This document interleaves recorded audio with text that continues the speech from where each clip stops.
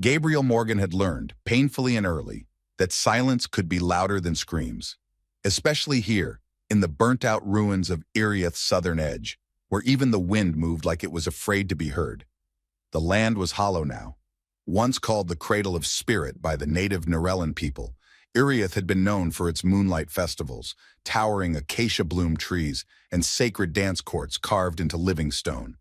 That was before the war, before the treaties, before peace was forced on the planet, like a tourniquet around a wound that never healed. Now it was a place where light fell cautiously, and nothing ever truly grew back. Gabriel stepped over the crumbled threshold of what used to be a checkpoint outpost, now just twisted steel and brittle dust. His uniform, standard issue from the Varellan Border Reclamation Corps, was too clean for the area. He wore it like armor, but beneath it beat the pulse of a ghost. He wasn't here on assignment, not really. He told himself this was just an off-record system audit, a maintenance sweep, a favor to a former colleague who'd wanted to keep a few of the older EXO support units on life support for PR reasons. He was here to check diagnostics on long-term disability cases, forgotten Narellans in neglected sectors of the post-war buffer zones. But that wasn't the whole truth, because last night, while combing through the archives for mechanical calibration anomalies, a line item had caught his eye. Just a fragment. 3487-A female. Bipedal trauma, unrecovered. Declined integration. Location, Zone L9. Status, stagnant. No further action required. There was something about the phrasing, unrecovered, as if she were the problem, not the prosthetics. No name, no update in over 7 years. She'd refused all tech trials, ignored requests for relocation, and somehow, despite an outdated interface, still remained alive. He didn't know why he'd flagged it. Maybe it was guilt. Maybe it was the haunted look in the archive's blurred ID photo. Or maybe, in a quieter part of himself, it was that she hadn't accepted the help. Not because she couldn't, but because something deeper had been taken, something that couldn't be regrown with screws and steel. So Gabriel went. Without orders, without clearance, without permission. And now he stood outside a sealed housing pod in Zone L9 where surveillance drones flew too low and stayed too long, and no one asked questions unless they wanted a visit from enforcement. The pod was squat and sand-scarred, its surface mottled by years of desert wind and chemical storms. A heat ripple danced above the roof, but the air here was cold, artificially so. He could feel it even through the seams in his collar, the kind of temperature that kept bioscans sharp and thermal anomalies easy to catch. Gabriel looked up. A drone hovered far off, round, silent, and gleaming in the red sky like a black sun with a blinking eye, watching, waiting. He checked the ID tag again, 3487-A Sarah. He knocked. No answer. He tried again. Sarah, my name is Gabriel. I'm with system support. I just need a minute to verify your interface status. No upgrades, no replacements. Just a check. Still nothing. He hesitated, then entered the override code, borrowed from an old technician's shell account, and the lock clicked open. The door groaned. Inside, the light was golden and low. The heat from outside hadn't touched the room. It was still, not lifeless, just waiting. And in the center, sitting beside a low table scattered with worn data slates and a hand-carved stone cup of still water, was the woman from the report. Sarah. She didn't look up right away. Her long black hair fell in a curtain over her shoulder, braided in loops and woven through with delicate copper thread, some strands matte, others glowing faintly with bioelectric charge. Her skin was silver blue, the color of a winter lake under starlight, not just beautiful, otherworldly, and cold in a way that didn't invite admiration. A blanket was draped over her lower body, but Gabriel could already see the metallic curve of obsolete joint support braces beneath it. Rigid, utilitarian, mismatched. Her hands rested on her lap, fingers half curled as if caught mid-thought. She was watching him, quietly, with the sharp, unreadable calm of someone who had long ago stopped reacting out loud. "You came in without permission," she said, voice soft but edged like cut stone. Gabriel stayed near the entrance, hands visible, slate held out like a shield. "Apologies. You weren't answering, and I'm on a tight log. This will only take a moment." "I don't remember asking for a technician," she replied. "Or a rescuer, or anything." He nodded once. "I'm not here to fix you, just the system." A pause. Then, with an almost imperceptible tilt of her head, "What system?" He swallowed. "Your core support unit, the one keeping the neural interface stable. It's been off the registry grid for over a decade. There was a report flag, that's all." Her eyes narrowed. "And you followed it, all the way here, alone, on a non-priority flag." He should have lied, said it was protocol, that he was nearby anyway. But something in her tone, sharp, yes, but also tired, deserved the truth. "Your file stood out," he said simply. "Everyone else accepted upgrades, moved on. You didn't." Silence. Then she looked away, toward the far wall. That's when he saw them. Sketches, hundreds of them. Lines and swirls and geometries of motion, pinned across the curved interior like constellations. Feet in pivot, arms in extension, torsos mid-turn. Some were anatomical studies, others near spiritual abstractions. They weren't just technical. They were aching. They were dance. "You were a dancer," he murmured. "Not past tense," she said. "Just..." Interrupted. Gabriel stepped forward instinctively, scanning the cluttered floor until he reached the edge of her table. He crouched, respectfully, at a distance. "You never tried the adaptive prototypes?" "They tried to make me walk like a soldier," she said, her voice low. "I didn't want to walk like a soldier. I wanted to move like the sea." His heart caught in his chest. This wasn't defiance. It was mourning, feral, quiet, and unyielding.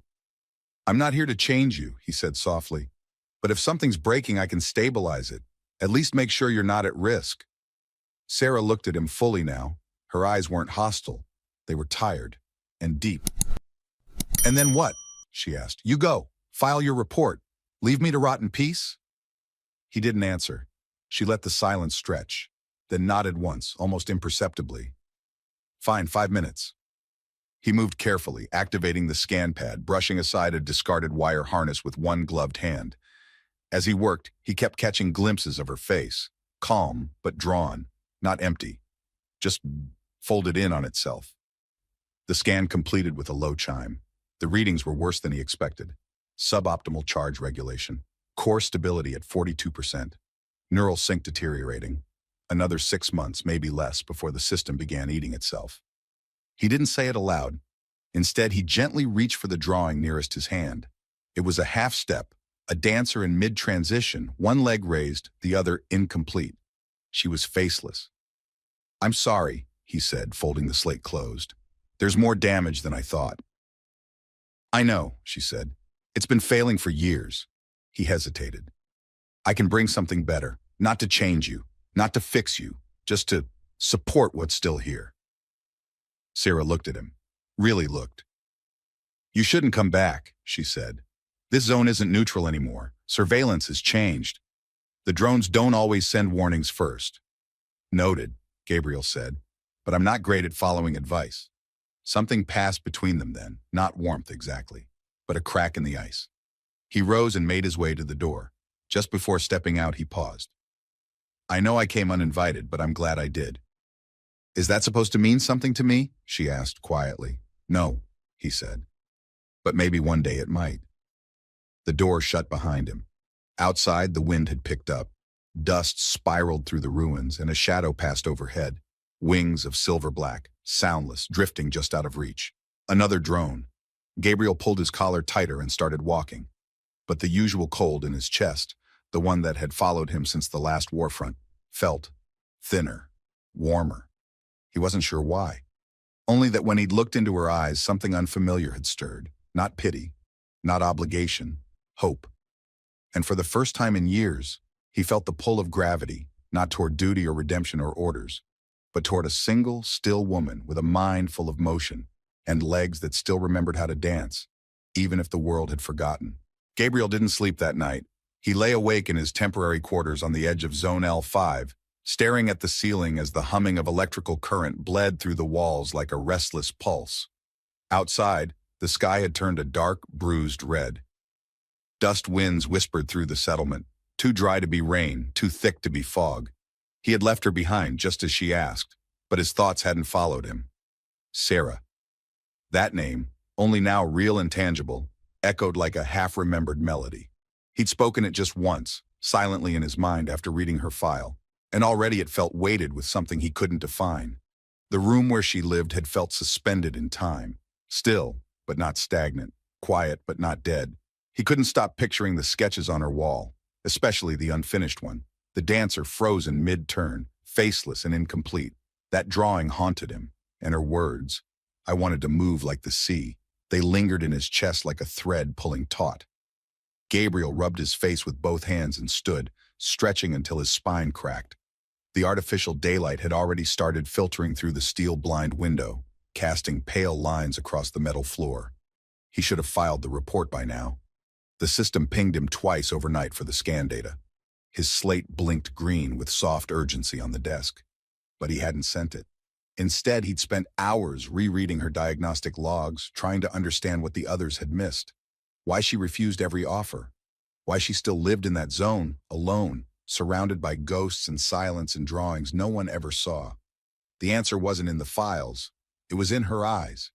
Gabriel stepped into his boots and zipped up his outer jacket. The day would be hot, the wind sharp with metallic dust. Another visit wasn't advised. In fact, it was probably a violation, but he wasn't going back for data this time. He didn't bring a slate or a scan pad, just a small insulated canteen of water, a sealed food ration, and a pair of insulated gloves. A peace offering, or maybe just an excuse. When he arrived, the wind was stronger than the day before, kicking up gusts that howled between the buildings like low voices. The drone paths were tighter now. He could feel them buzzing overhead, slower, more deliberate, the kind of pattern used when something had been flagged for monitoring. He kept his head down. Sarah's pod looked the same, dust-coated, silent, half sunken into the scorched soil. But something in the air felt different. He didn't knock this time. He waited instead, letting his presence settle like weight on the wind. The door clicked open before he moved. "You're persistent," she said, standing just inside the threshold. She wasn't seated today. She held herself upright with one hand on a stabilizing rail welded into the wall, her body taut with effort. Her hair was loose, darker than before, flowing like ink across her shoulders. She wasn't wearing the blanket this time. Her support frame was visible, patched, corroded, and grinding faintly with every shift. Yet she stood. "I brought water," he said, lifting the canteen without stepping closer. She studied it in silence, then motioned him inside with a slight nod. The room was cooler than before. A fan hummed softly in the corner, oscillating. One of the sketches from the wall had been moved, placed deliberately in the center of the low table, the same one, the unfinished dancer. Gabriel crouched beside it, careful not to touch. "I keep thinking about her," he said. "Who was she supposed to be?" Sarah didn't answer immediately. She lowered herself onto a cushion, wincing slightly, then gestured to the food ration he hadn't yet offered. He passed it over. She turned it in her hands, more curious than hungry. "She was me," she said at last. "Before the fire, before the peace fire lie."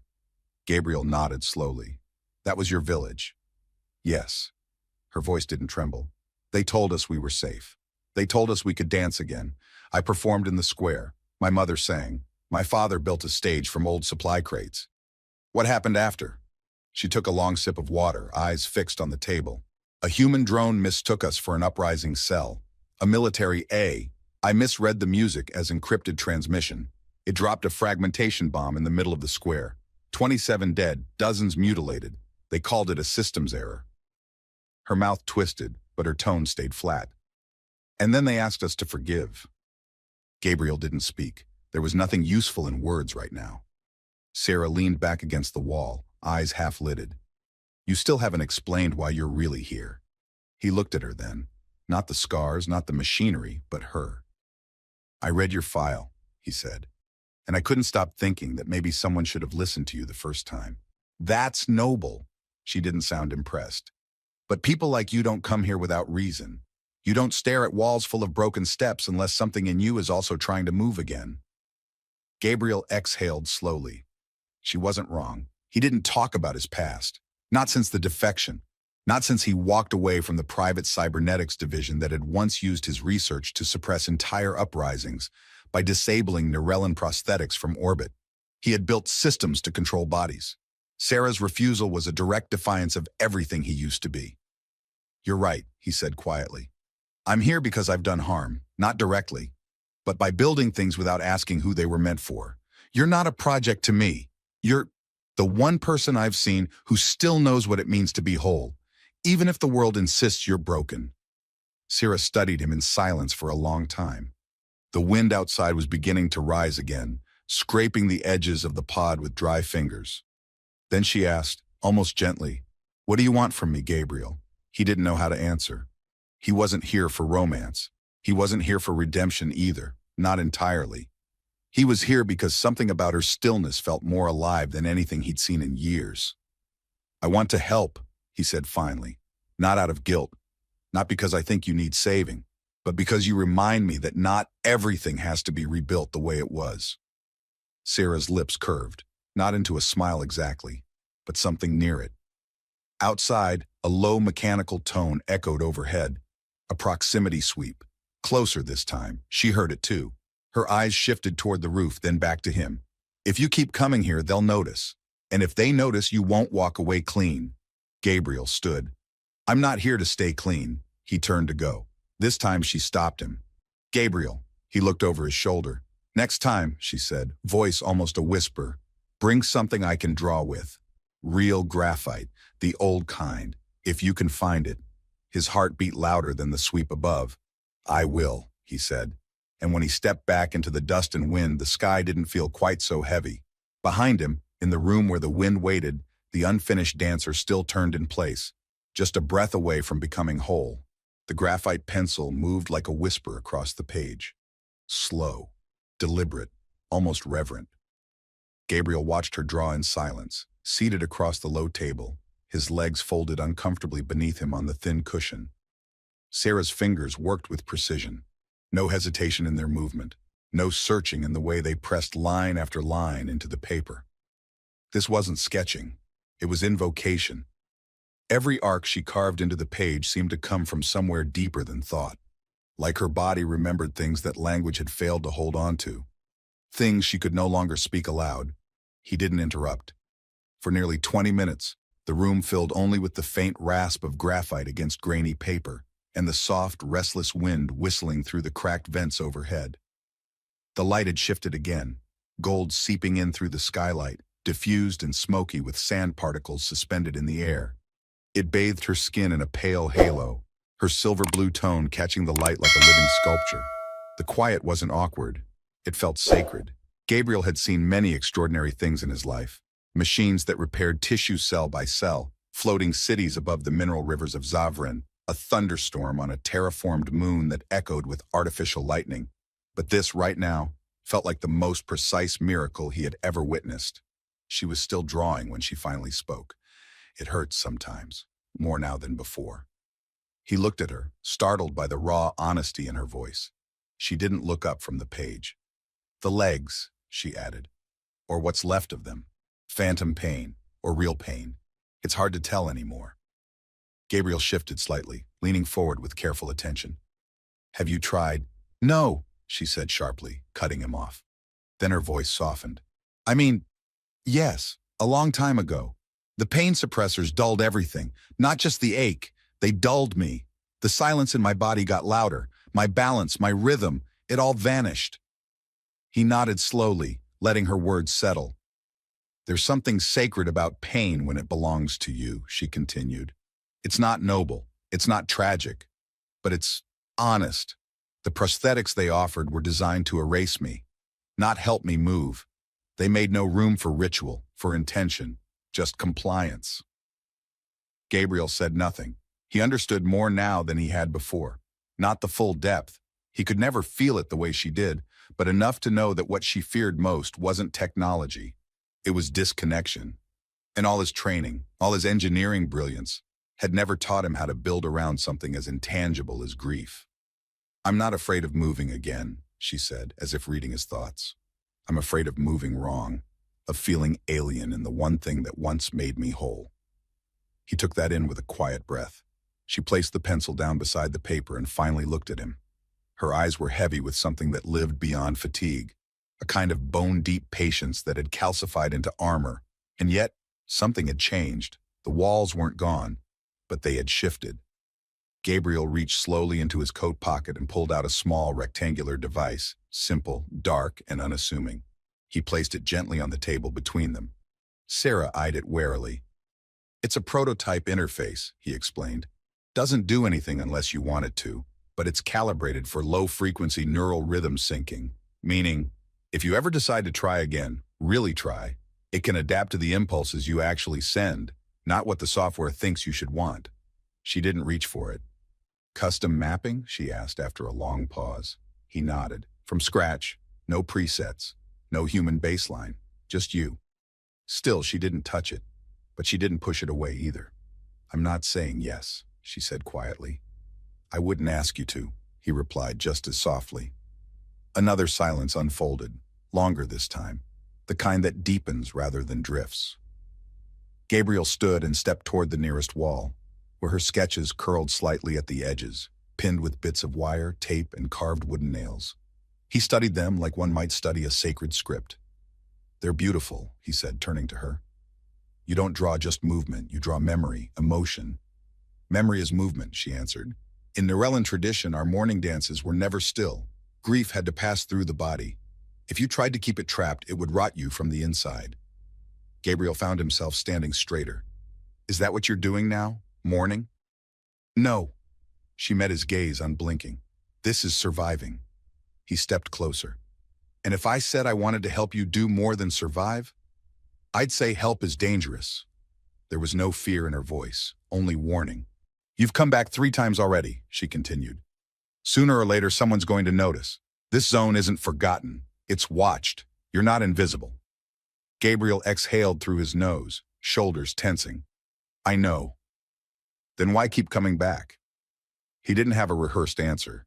He'd spent the last 2 nights trying to frame it in technical terms, to explain it away as study, as design research, as part of some deeper humanitarian drive.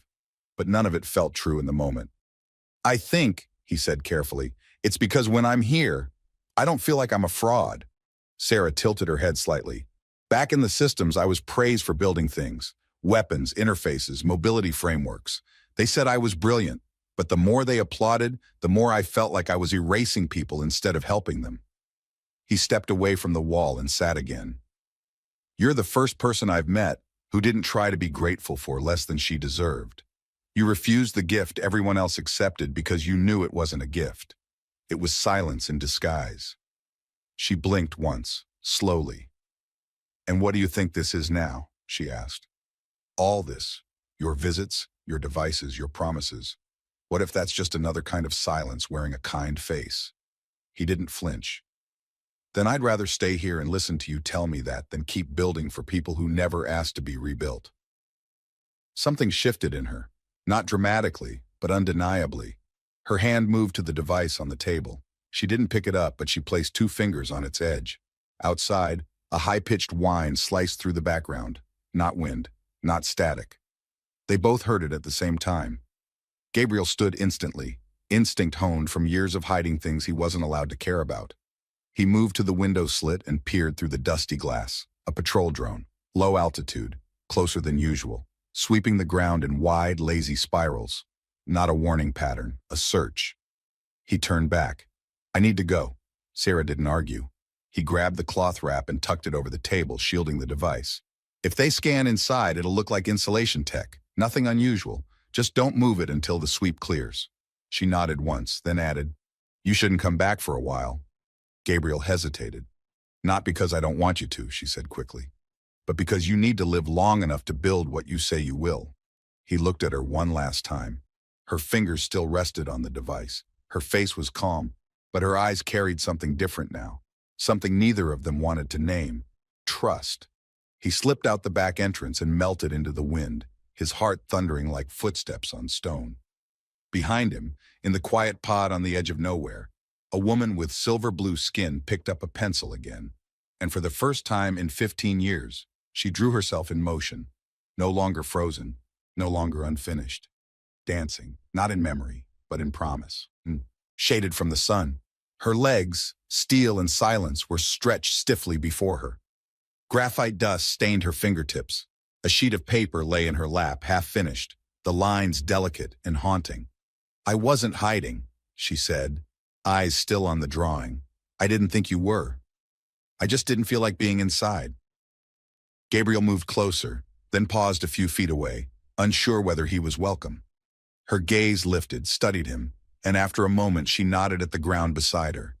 He sat. They said nothing for a while. The light around them shifted amber as the day aged. Between them, the silence was dense but not cold. It held something else, like a string pulled too tight.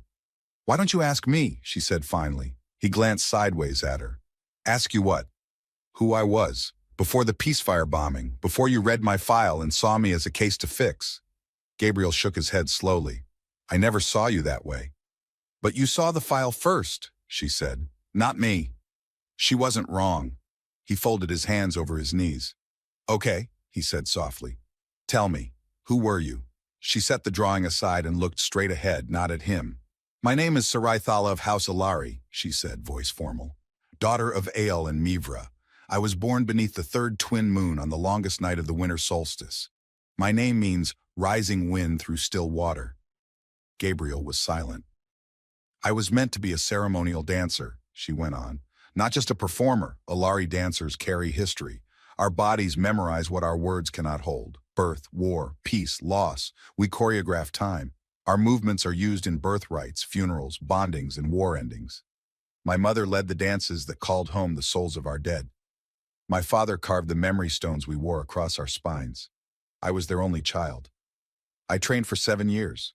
My first public dance was supposed to mark the end of war." She paused. Gabriel felt something rising in his throat. It burned. "We called it the peacefire. A human general and a Narellan priest had signed the truce just days before. Our village held a celebration. Food, flowers, songs, and I danced. I remember my mother singing as I turned through the square. I remember my father's hands, steady on the drums."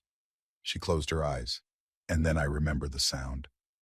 Her voice didn't tremble, but the words landed like stones. The sound of the drone coming low, the humming that didn't match the music, the panic in my mother's voice, only for a moment, before everything became noise, then fire, metal, screaming. Gabriel's hands clenched against his legs. "I woke up in a triage tent made from shredded cloth and fence posts. I couldn't feel anything below my hips. They told me my mother died shielding someone else's child. My father's heart had stopped before the medics reached him." She turned to him then, "And the humans called it a targeting error." He didn't speak. "Not one apology," she said. "Not a single name taken in accountability. Just a neutral report and trade restrictions on aid. And then the world moved on, as if we were meant to be grateful for surviving. Sarah," his voice barely emerged, "you came here with technology and silence," she said. "And now you want to give me movement again. But movement without meaning is just noise. And I have lived too long in noise." Gabriel looked down, ashamed. "You want the truth?" he said quietly. "Then I'll give you mine." He shifted, back resting against the stone. "My full name is Gabriel Cale Morgan. I was a sector chief engineer for Terran Neuromechanics, assigned to the post-war prosthetic development division. We were told we were building recovery tools, adaptive limbs, neural interfaces, things that would restore mobility to the wounded, human and non-human alike." He looked up at the sky, the memory bitter in his mouth. "I was young, brilliant, proud. I thought I was making the world better. I didn't ask questions. And when the contract started getting flagged as classified, I still didn't ask, until I visited a field hospital in a civilian zone near the Tethrine border." He swallowed. "There were over 30 Narellan children in the wing. All had received Terran prosthetics. All had collapsed within 2 weeks. Full systemic failure, seizures, neural bleeding. We were told it was genetic rejection, but I found the code buried in the firmware." Sarah's expression changed slightly. "It was a failsafe, a hidden command line, designed to disable prosthetic function in anyone whose neural rhythm didn't meet the Terran baseline threshold. Meaning, if you weren't human enough, your legs shut down." Sarah's jaw tightened. Her voice was low. "Collapse code." He nodded once. "I didn't write the override, but I built the architecture it lived in. My design made it possible." "And you left," she said. "I leaked the code to an interspecies tribunal," he replied. "Didn't matter. The case was buried. I defected, went underground, changed everything but my name." "Why not your name?" He looked at her, unflinching. "Because I want people to know who did this, so I can spend the rest of my life making something better." For a long moment, they said nothing. The wind rose again, stirring her drawing at their feet. Gabriel bent to catch it and handed it back without a word. Sarah stared at the page. The lines were soft but deliberate. A single figure, standing, arms raised. Not in triumph, not in surrender, just reaching. "You can't undo what they did," she said. "I know." "And you can't erase what you built," he nodded. "But maybe," she said, voice quieter now, "you can help build something new." Their eyes met. Not trust, not yet, but understanding. It was more than he'd expected, and more than she'd wanted to give. But here, under the fractured sky, where the dead still whispered through the dust, two broken histories sat side by side, no longer strangers, not yet allies, but something slowly taking shape between them. Not peace, not forgiveness, but possibility. And sometimes that was the only place to begin. Gabriel hadn't meant to keep it from her. At first, it wasn't even a plan, just sketches in the margins of his notebook, an idle experiment, a whisper of engineering curiosity that had taken root after that first conversation beneath the broken arch. He told himself it was nothing, that he was only theorizing, testing the limits of what he could still build. But somewhere between lines of code and hand-forged parts, it had turned into more. And he hadn't told her. He told himself it was because he wasn't ready, because she wasn't ready. Because if he gave her hope too soon and it failed, he would be the one who had taught her to reach, only to fall again. But that was only part of the truth. The other part was far less noble. He had been afraid that she would say no. Afraid that she'd look at the thing he was building with the same pain she had worn the day she spoke of collapse codes and broken treaties. That she would see not a gift, but another weapon dressed as mercy. So, he worked in secret. Every night after he left her pod, he returned to his rented tech shelter in the ruins near Station 17. The solar grid barely held. The walls smelled of rust and char, and the tools were outdated, but it was enough. By moonlight and static lamp, he soldered joints, calibrated sensors, coded adaptive motion modules line by line. The frame had to feel like part of her. Not a cage, not a shell, but an extension of who she already was. And still, he said nothing. Not even when she started trusting him. Not even when she shared her ribbons. Not even the night she made him soup in silence and watched him eat like she was memorizing the shape of his breath. He told himself he would reveal it when it was ready. But readiness, he was learning, was a moving target. That evening, he arrived with his usual quiet knock. She opened the door without a word, stepping back to let him in. The inside of the pod felt warmer than usual. There was a soft herbal scent in the air, something earthy and calming. A low flame flickered beneath a small pot on the heat stone. Steam drifted lazily toward the cracked ceiling vent. She didn't look at him right away. Instead, she moved with practiced effort toward a shallow basin in the corner, dipping a cloth into cool water and wiping her hands. "You've been gone longer than usual," she said, finally glancing at him. Gabriel dropped his satchel beside the table. "I had to source a few parts. Took longer than expected." "For the humanitarian unit?" He hesitated. "Something like that." She turned, arms crossed now. Her gaze settled on him, cool, unreadable. "I saw the scorch marks on your gloves last time," she said. "Fine motor burns, not from diagnostics." Gabriel swallowed. "I assumed you'd say something when you were ready," she continued. "But that was a week ago." He said nothing. Sarah moved past him and picked up the folded blanket from the floor, shaking the dust from its edge. "You've been building something." Gabriel nodded slowly. "For me?" Another pause. "Yes." She didn't look surprised. "What is it?" she asked. "A prototype," he said quietly. "A new type of limb interface, built on your movement patterns, not Terran baselines. I've been recording micro-impulses from the way you sit, reach, shift. I know it's not ethical, at least not without consent, but I needed a foundation, something to start with." "You studied me?" "I watched you," he said. "Not as a subject, as an artist. I mapped the pauses in your gestures, the rhythm of how you turn your shoulders, how you lean into a surface before letting go. I translated that into data." She let the silence stretch. "You should have told me." "I know." She faced him fully now. "You're right. It wasn't ethical. I'm sorry." "You say that a lot." He flinched. But then her voice softened, not in tone, but in weight. It grew quieter, steadier. You're not the first person who's tried to rebuild me, she said. They all came with blueprints, designs, great intentions, and every time they left more of me behind. Gabriel didn't speak. Sarah walked toward the drawings on the wall and rested her hand on one of the newer ones, a curved line sketch of a spine mid-motion twisting with invisible rhythm. I kept these, she said, not to remember what I lost, but to remind myself that I'm still here, still moving, even if no one sees it. He stepped closer cautiously. I didn't mean to betray that, but you did. Her words weren't cruel, they were simply true. She turned back to him, her face unreadable. Do you have it here? Gabriel shook his head. Not tonight, it's not ready. I don't need it to be perfect. But I do, he said, because you deserve more than another half-functioning piece of metal pretending to be a limb. You deserve to feel like it was made with your body and mind, your spirit. Her expression shifted just slightly. And if it doesn't work, then I'll start over. And if I say I don't want it, I'll stop. She studied him again, searching his face for something that couldn't be spoken.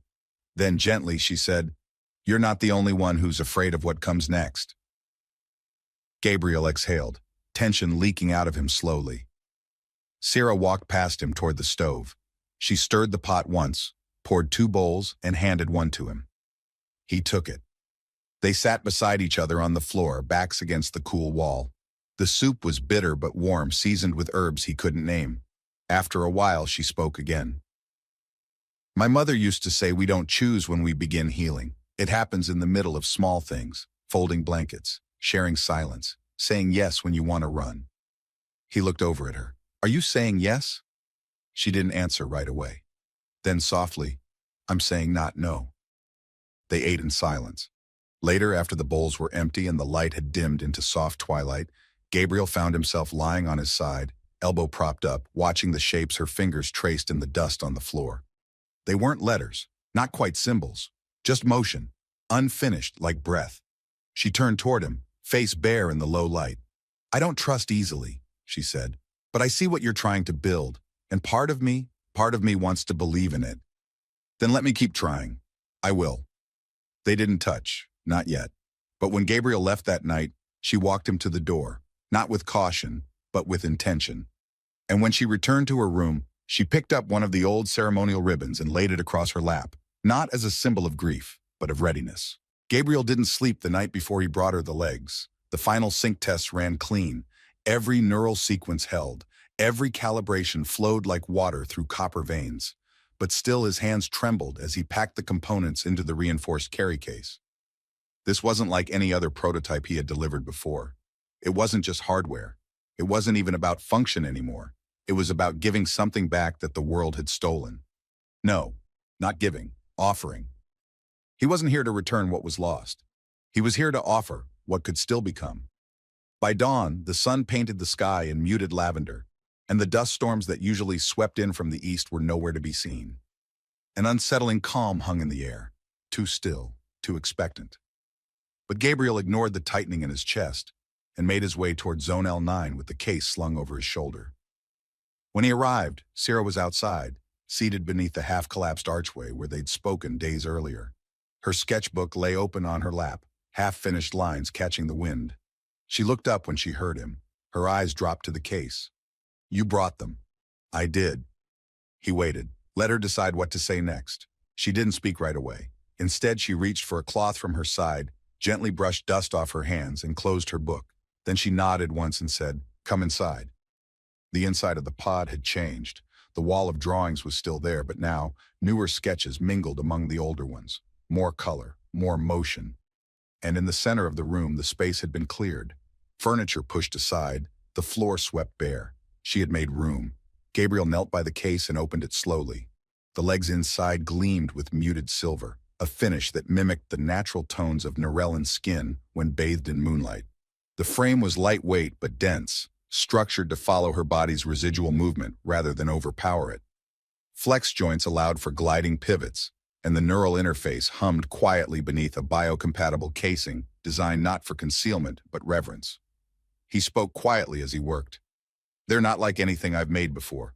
No baseline overrides, no Terran security codes.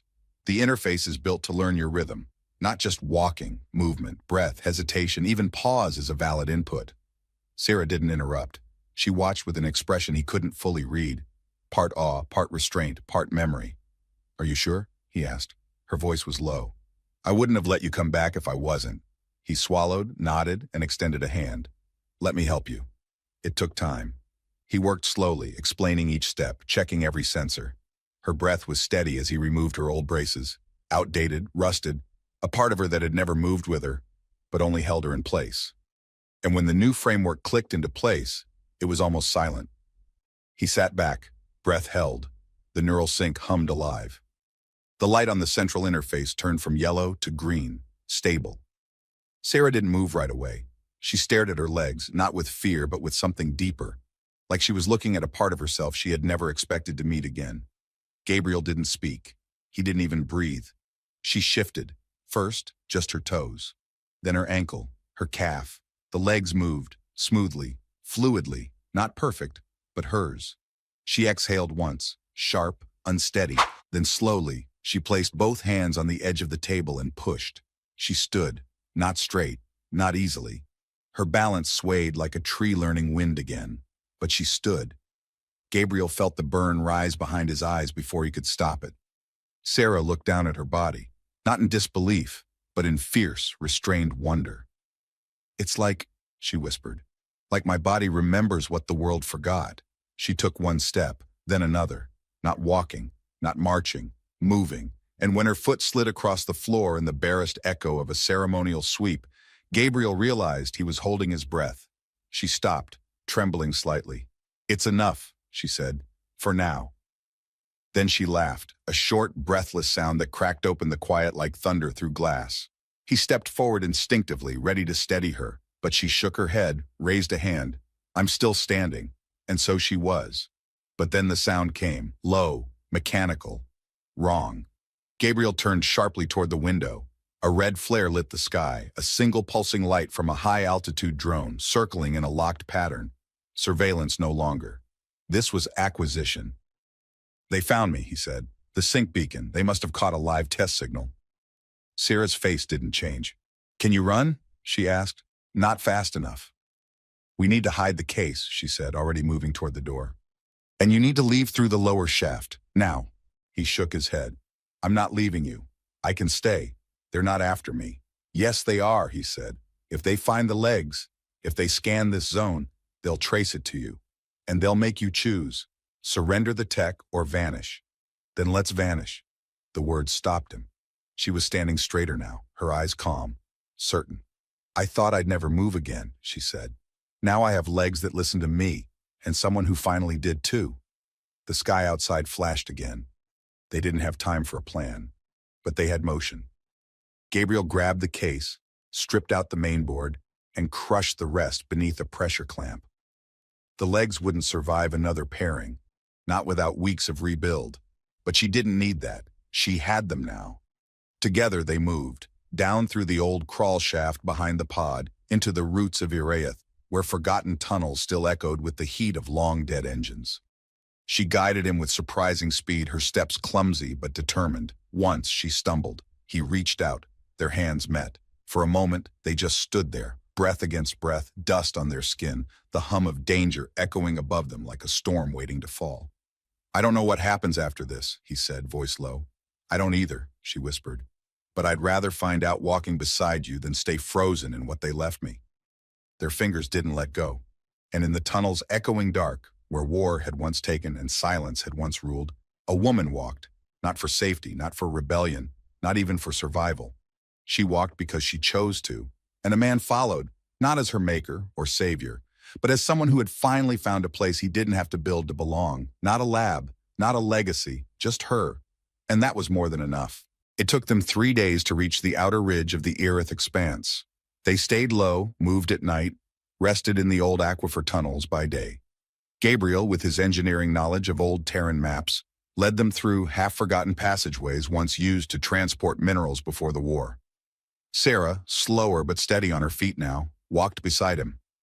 Her movements were cautious at first, her legs still relearning her weight, but with every step, confidence grew like roots beneath her. He never offered to carry her, not once. And she never asked. In those 3 days they barely spoke, Words felt too heavy, too human. What passed between them was silence in its purest form. Shared glances, brief touches, the soft rhythm of their footfalls aligning in time. The intimacy wasn't loud, it was lived. By the fourth morning they reached it, a ledge overlooking the high cliffs of Aranth, a place Gabriel had only heard whispers of, where the sky broke open in colors the sensors couldn't quite register. A demilitarized zone now, long forgotten by the oversight satellites and left off most modern maps. Safe for now, a new place, a beginning. Gabriel sat on the ridge, boots dangling over the edge, watching Sarah walk along the flat stone behind him. She moved with more ease now, not without effort, but with rhythm and grace. She paused halfway across the clearing, the early morning light catching the curves of her prosthetics. The silver shimmered faintly, and the neural plating behind her knees responded to the breeze by adjusting ever so slightly. Alive, dynamic. She turned to face him. "I never thought I'd be here," she said, her voice carried easily in the open air. He stood, brushing the dust from his palms. "You're here now." She nodded, then walked toward him slowly. Her gait was uneven, but it didn't matter. There was beauty in the effort, precision in her presence. "I dreamed of a moment like this once," she said, stopping in front of him. "Before the bombing, before everything burned, but in my dream, I was still a child." Gabriel searched her eyes. "And now? Now I'm something else entirely." He smiled just a little. "You always were." Sarah tilted her head, studying him. "Do you ever think about going back?" He hesitated. "To the systems? The cities?" She nodded. "No," he said. "There's nothing left there for me. I burned every bridge the moment I walked away." "And me?" she asked, quiet now. Gabriel stepped forward, closing the last space between them. "You are not a bridge. You are the place I arrived at after the fire." She said nothing for a long moment. Then her voice came low. "Would you build something here? With me?" He answered without pause. "Yes." Not because he felt obligated, because it was the most honest thing he'd ever said. Sarah turned her face to the sky. "The moons will rise soon. 2 at once tonight." Gabriel looked up. The atmosphere here bent the light differently. Already the sky had begun to turn a deep violet, stars peeking out like breath between clouds. She took his hand, not quickly, not shyly, but deliberately. "Then we'll wait," she said. "And when they rise, I'll dance." He looked at her, heart full, throat tight. "For yourself?" She shook her head once. "For them," she whispered. "For my mother, my father. For the ones who never got to stand again." "And for me?" She turned back to him, her expression open in a way he had never seen before. "You'll be watching. That's enough." They waited together as twilight fell. And when the twin moons crested the ridge, white and gold, like eyes returning after a long sleep, Sarah stepped into the open clearing. She didn't hesitate. Her feet glided across the stone in wide arcs, slow at first, measured. Her arms moved with elegant restraint, her spine bending with intention, memory guiding her breath. And then she spun, not fast, not perfect, but free. Each movement drew a line across the air, not just of motion, but of meaning. This wasn't performance, it wasn't ceremony, it was reclamation. She danced for the first time since the bombing, not in memory, not in defiance, but in peace. Gabriel watched, hands still at his sides, awe rising in his chest like prayer. The world had gone still again, but not in fear this time. It was reverence. When she stopped, chest rising and falling in the moonlight, sweat glinting along her brow, he didn't clap. He didn't speak. He walked to her, quiet, steady, and held her face in both hands. Their foreheads touched. No words passed. They didn't need them. In that moment, the war was over. Not in the political sense, not in treaties or laws, but in the hearts of two people who had chosen to walk forward through ruin and find something worth keeping.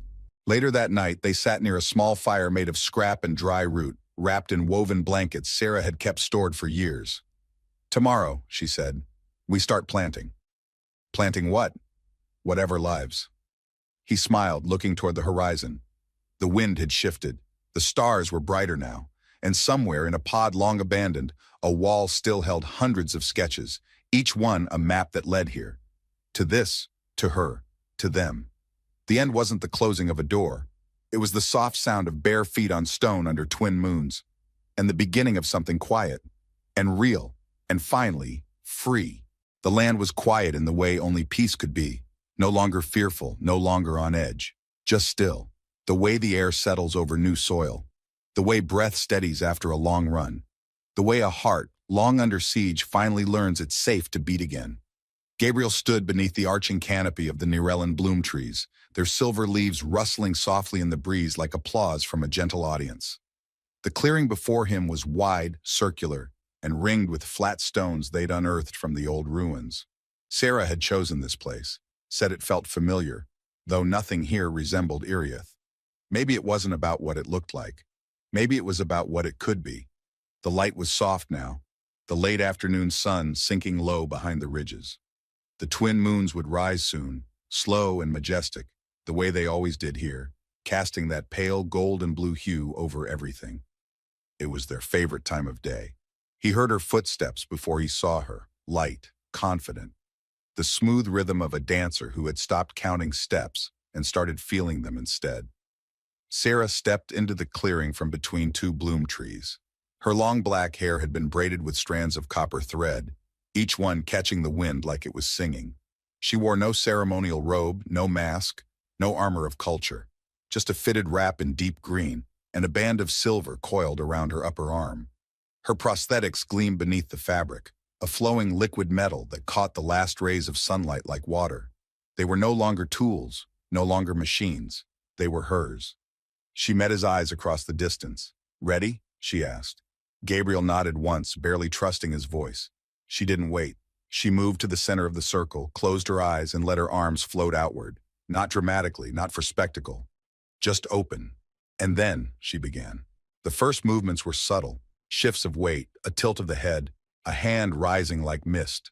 Her legs carried her in wide, spiraling arcs, no longer bound by memory, but led by it. The ground beneath her didn't resist. It responded. Her steps barely made a sound, yet every muscle, every fiber of her body spoke a language older than war. Gabriel forgot to breathe. She moved like the tide, like the curve of time bending back on itself. He could see the marks of her past in every motion, the echo of pain, the resilience of stillness, the joy of return. There was no grief in this dance. There was power. There was celebration. There was life. And when she pivoted suddenly, flung both arms wide and laughed into the wind, just a single note, clear and wild, he felt something in his chest break open and bloom. She slowed. One final step, a bow, silence. Then she looked at him. She walked toward him slowly, eyes never leaving his, her chest rising and falling with breathless ease. The world faded behind her.